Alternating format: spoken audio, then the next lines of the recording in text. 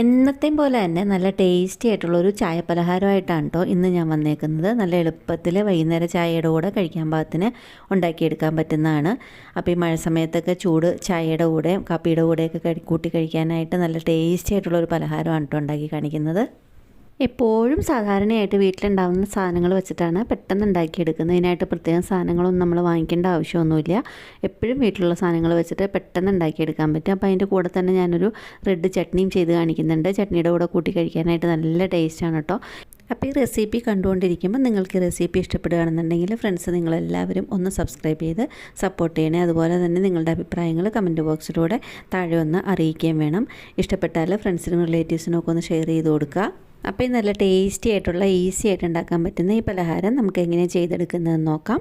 അപ്പോൾ നമുക്ക് അതിൻ്റെ റെസിപ്പിയുടെ വീഡിയോയിലേക്ക് പോകാം. അപ്പോൾ അതിനായിട്ട് ഞാൻ ആദ്യം തന്നെ ഒരു മിക്സിയുടെ ജാർ എടുത്ത് വെച്ചിട്ടുണ്ട്. ആ മിക്സിയുടെ ജാറിലേക്ക് ഞാനൊരു 1/2 കപ്പ് റവയാണ് ഇട്ട് കൊടുക്കുന്നത്. ഉപ്പുമാവ് റവയാണ്, വറുത്ത റവയാണത്. വറുത്ത റവയോ വറുക്കാത്ത റവയോ ഏത് വേണമെന്നുണ്ടെങ്കിലും നിങ്ങൾക്ക് ഉപയോഗിക്കാം. ഈ റവയൊന്ന് പൊടിച്ചിട്ട് എടുത്തിട്ട് വരാം. ഇപ്പോൾ അതായത് റവയൊന്ന് ചെറുതായിട്ടൊന്ന് പൊടിച്ചെടുത്തിട്ടുണ്ട്. പൊടിച്ചെടുത്തിരിക്കുന്ന റവ ഞാനിപ്പോൾ ഇവിടെ ഒരു ബൗളിലേക്ക് ഒന്ന് മാറ്റി കൊടുക്കുവാണ്. അപ്പോൾ ഈ റവ നമുക്കിവിടെ നീക്കി വയ്ക്കാം. ഇനിയിപ്പോൾ ഇതിലേക്ക് വേറെ സാധനങ്ങൾ വേണം. മിക്സിയുടെ അതേ ജാറിലേക്ക് തന്നെ ഒരു ചെറിയൊരു സവാള ചോപ്പ് ചെയ്തിട്ട് ഇട്ട് കൊടുത്തു. അതുപോലെ തന്നെ 3 പച്ചമുളക് എടുത്തിട്ടുണ്ട്. ആ പച്ചമുളക് ഒന്ന് ഒടിച്ചിട്ട് ഇട്ട് കൊടുക്കുക. അല്ലാന്നുണ്ടെങ്കിൽ അത് ചിലപ്പോൾ ചതഞ്ഞ് കിട്ടില്ല. അതുകൊണ്ട് നമുക്കൊന്ന് ഒടിച്ചിട്ട് ഇട്ട് കൊടുക്കുക. അതിൻ്റെ കൂടെ തന്നെ ചെറിയൊരു കഷ്ണം ഇഞ്ചിയും ചോപ്പ് ചെയ്ത് ചേർത്ത് കൊടുക്കുന്നുണ്ട്. ഇത് 3ഉം ചെറുതായിട്ടൊന്ന് ചതച്ചെടുക്കണം. മിക്സിയുടെ ജാറിൽ ഇതൊന്ന് ചതച്ചെടുത്ത് കഴിഞ്ഞിട്ട് ഇപ്പോൾ അത് ഇവിടെ ഇങ്ങനെ ചതച്ചെടുത്തിട്ടുണ്ട്. ഇതുപോലെ ഇങ്ങനെ ഇത്രയും ചതഞ്ഞാലും മതി. വല്ലാതെ അരയ്ക്കൊന്നും വേണ്ട, വെള്ളമൊന്നും ചേർത്ത് അരയ്ക്കേണ്ട ആവശ്യമില്ല. അപ്പോൾ ഇതിവിടെ നീക്കി വയ്ക്കാം. ഇനിയിപ്പോൾ നമ്മൾ നേരത്തെ ആ ബൗളിലേക്ക് ഇട്ട് വെച്ചിരുന്ന റവയിലേക്ക് ഞാൻ കുറച്ച് സാധനങ്ങളും കൂടെയും ചേർത്ത് കൊടുക്കാൻ പോവാണ്. ആ റവ എന്തോരം എടുത്തിട്ടുണ്ടോ അത്രയും അളവിൽ തന്നെ ഗോതമ്പ് പൊടിയാണ് ചേർത്ത് കൊടുക്കുന്നത്. ആ സെയിം കപ്പിൽ സെയിം അളവിൽ 1/2 കപ്പ് ഗോതമ്പ് പൊടി ആണ് ചേർത്ത് കൊടുക്കുന്നത്. അതുപോലെ തന്നെ 1/2 കപ്പ് അരിപ്പൊടിയും കൂടെയും ചേർത്ത് കൊടുക്കുന്നുണ്ട്. ഈ 3 പൊടികളും കൂടെയും ചേർത്ത് കൊടുത്തു കഴിഞ്ഞതിന് ശേഷം നമുക്ക് ഇതിലേക്ക് കുറച്ച് തൈര് ചേർത്ത് കൊടുക്കണം. ആ സെയിം കപ്പിൽ ഒരു 1/4 കപ്പ് തൈര്, അധികം പുളിയില്ലാത്ത തൈരാണ് കേട്ടോ. അധികം പുളിയില്ലാത്ത തൈര് ഇതുപോലെ ഇങ്ങനെ ചേർത്ത് കൊടുത്തിട്ടുണ്ട്. അതിന് ശേഷം അതേ സെയിം കപ്പിൽ കുറേശ്ശെ വെള്ളം ഒഴിച്ചിട്ട് നമുക്ക് ഈ പൗഡർ ഇതൊന്ന് മിക്സ് ചെയ്യാം. ഈ 3 പൊടികളും കൂടെയും ശരിക്കൊന്ന് മിക്സ് ചെയ്ത് ഒന്ന് കട്ടിയായിട്ടുള്ള ഒരു മാവായിട്ട് മാറ്റിയെടുക്കണം. അപ്പോൾ ഇതൊരു വിസ്ക് വെച്ചിട്ട് ഇതുപോലെ ഇങ്ങനെ ഒട്ടും കട്ടയില്ലാതെ ഇതുപോലെ ഇങ്ങനെ ഒന്ന് ഇളക്കിയെടുക്കാൻ പാകത്തിന് ഇങ്ങനെ കുറേശ്ശെ വെള്ളം ഒഴിച്ചിട്ട് ഇതൊന്ന് മിക്സ് ചെയ്യാം. അപ്പോൾ അത് മിക്സ് ചെയ്ത് തുടങ്ങുന്നതിന് മുന്നേ നമുക്ക് ഇതിലേക്ക് വേറെ കുറച്ച് സാധനങ്ങളും കൂടെയും ചേർത്ത് കൊടുക്കാനുണ്ട്. അപ്പോൾ ഇതിലേക്ക് ആവശ്യത്തിനുള്ള ഉപ്പ് ചേർത്ത് കൊടുത്തിട്ടുണ്ട്. ഇവിടെ ഉപ്പ് ചേർത്ത് കൊടുത്തു കഴിഞ്ഞതിന് ശേഷം ഇതൊന്ന് ശരിക്കൊന്ന് ഉപ്പ് എല്ലായിടത്തും ആകാൻ പാകത്തിന് ഇതൊന്ന് ഇളക്കി കൊടുത്തിട്ടുണ്ട്. ഇതൊന്ന് കൈ വെച്ചിട്ടൊന്ന് കുഴച്ചെടുക്കുക കേട്ടോ. കൈ വെച്ചിട്ട് കുഴച്ച് നമ്മൾ ചപ്പാത്തി മാവെല്ലാം കുഴയ്ക്കുന്ന പോലെ ഒന്ന് കുഴയ്ക്കണം. അപ്പോൾ ആ കുഴയ്ക്കുന്നതിന് മുന്നേ നമ്മൾ മിക്സിയിൽ അരച്ച് വെച്ചിരുന്ന കൂട്ട് ഇതിലേക്കൊന്ന് ചേർത്ത് കൊടുക്കണം. ഇഞ്ചി, പച്ചമുളക്, സവാളയും എല്ലാം കൂടെയും ചേർത്തിട്ട് ഒന്ന് അരച്ച് ചതച്ച് വെച്ചിരുന്ന ആ കൂട്ടും കൂടെയും അതിലേക്ക് ചേർത്ത് കൊടുത്തു കഴിഞ്ഞിട്ട് വേണം. അതിന് കൂടെ തന്നെ ഞാൻ നേരത്തെ ഒരു ചെറിയൊരു സാമാന്യ വലുപ്പത്തിലുള്ളൊരു ഉരുളക്കിഴങ്ങ് ഒന്ന് ഗ്രേറ്റ് ചെയ്തിട്ട് വെള്ളത്തിലിട്ട് വെച്ചായിരുന്നു.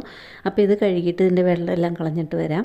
അതും കൂടെയും ഇതിലേക്ക് ചേർത്ത് കൊടുക്കാനുള്ളതാണ്. അപ്പോൾ ഗ്രേറ്റ് ചെയ്ത് വെച്ചിരിക്കുന്ന ഉരുളക്കിഴങ്ങും കൂടെയും ഇതിലേക്ക് ചേർത്ത് കൊടുക്കുന്നുണ്ട്. അതിന് ശേഷം പിന്നെ ഇതൊട്ടും വെള്ളം ചേർക്കേണ്ട ആവശ്യമില്ല. നമ്മൾക്കിത് ശരിക്കും ഒന്ന് കുഴച്ച് മിക്സ് ചെയ്ത് നല്ലപോലെ ഉരുട്ടി നല്ല കട്ടിയുള്ളൊരു മാവാക്കി മാറ്റിയെടുക്കണം.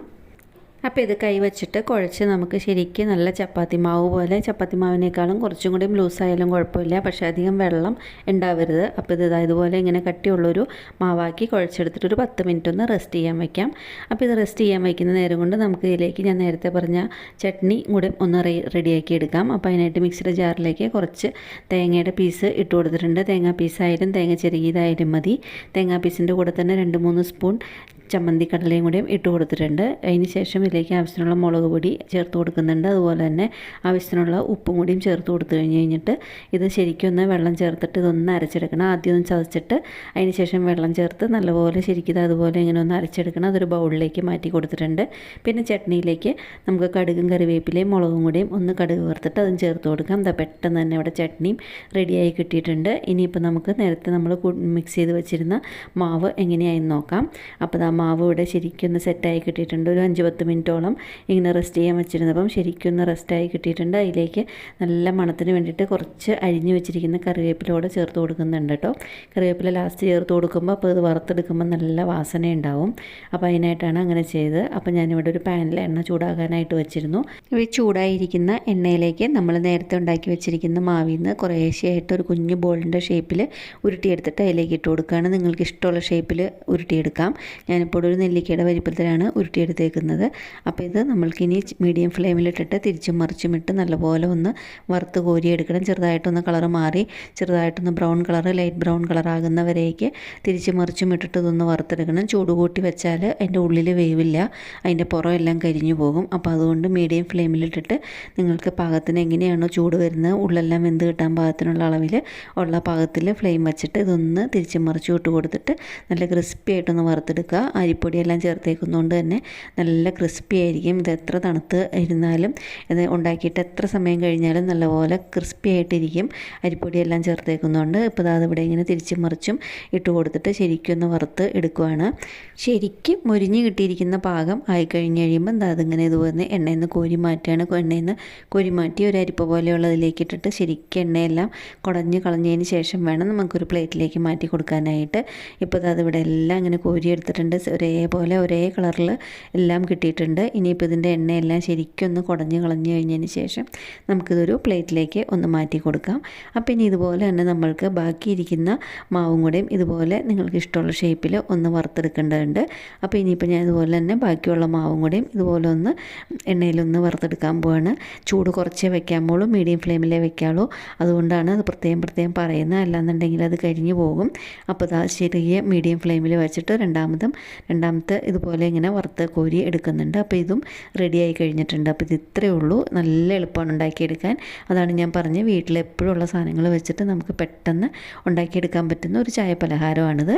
പെട്ടെന്ന് ഉണ്ടാക്കിയെടുക്കുന്നതാണെങ്കിലും നല്ല ക്രിസ്പി ആയിട്ടുള്ള പലഹാരമാണ് കേട്ടോ. ചായയുടെ കൂടെ നല്ല സൂപ്പർ കോമ്പിനേഷനായിരിക്കും. അപ്പോൾ നിങ്ങൾക്കിത് ഇഷ്ടപ്പെട്ടു എന്നുണ്ടെങ്കിൽ നിങ്ങളിതുപോലെ ഒന്ന് ഉണ്ടാക്കി നോക്കിയിട്ട് അഭിപ്രായങ്ങൾ അറിയിക്കണം കേട്ടോ. അതുപോലെ തന്നെ റെസിപ്പി ഇഷ്ടപ്പെട്ടാൽ ഫ്രണ്ട്സിനും റിലേറ്റീവ്സിനും ഒക്കെ ഒന്ന് ഷെയർ ചെയ്ത് കൊടുക്കുക. അതുപോലെ തന്നെ എൻ്റെ റെസിപ്പി ആദ്യമായിട്ട് കാണുന്നവരുണ്ടെന്നുണ്ടെങ്കിൽ എൻ്റെ ചാനലൊന്ന് സബ്സ്ക്രൈബ് ചെയ്ത് സപ്പോർട്ട് ചെയ്യുക. അടുത്തുള്ള ബെല്ലൈക്കൺ പ്രസ് ചെയ്ത് അതിൽ ഓൾ എന്നുള്ള ഓപ്ഷൻ ക്ലിക്ക് ചെയ്താൽ ഇതുപോലെ വീഡിയോസ് ഇടുമ്പം അപ്പോൾ തന്നെ നിങ്ങൾക്ക് അതിൻ്റെ നോട്ടിഫിക്കേഷൻ വരുന്നതായിരിക്കും. അപ്പോൾ വീണ്ടും എന്നും പറയുന്ന പോലെ ഈസി ആയിട്ടും ടേസ്റ്റി ആയിട്ടും വെറൈറ്റി ആയിട്ടുള്ള വേറൊരു റെസിപ്പിയായിട്ട് ഉടനെ കാണുന്നവരേക്കും താങ്ക് യു.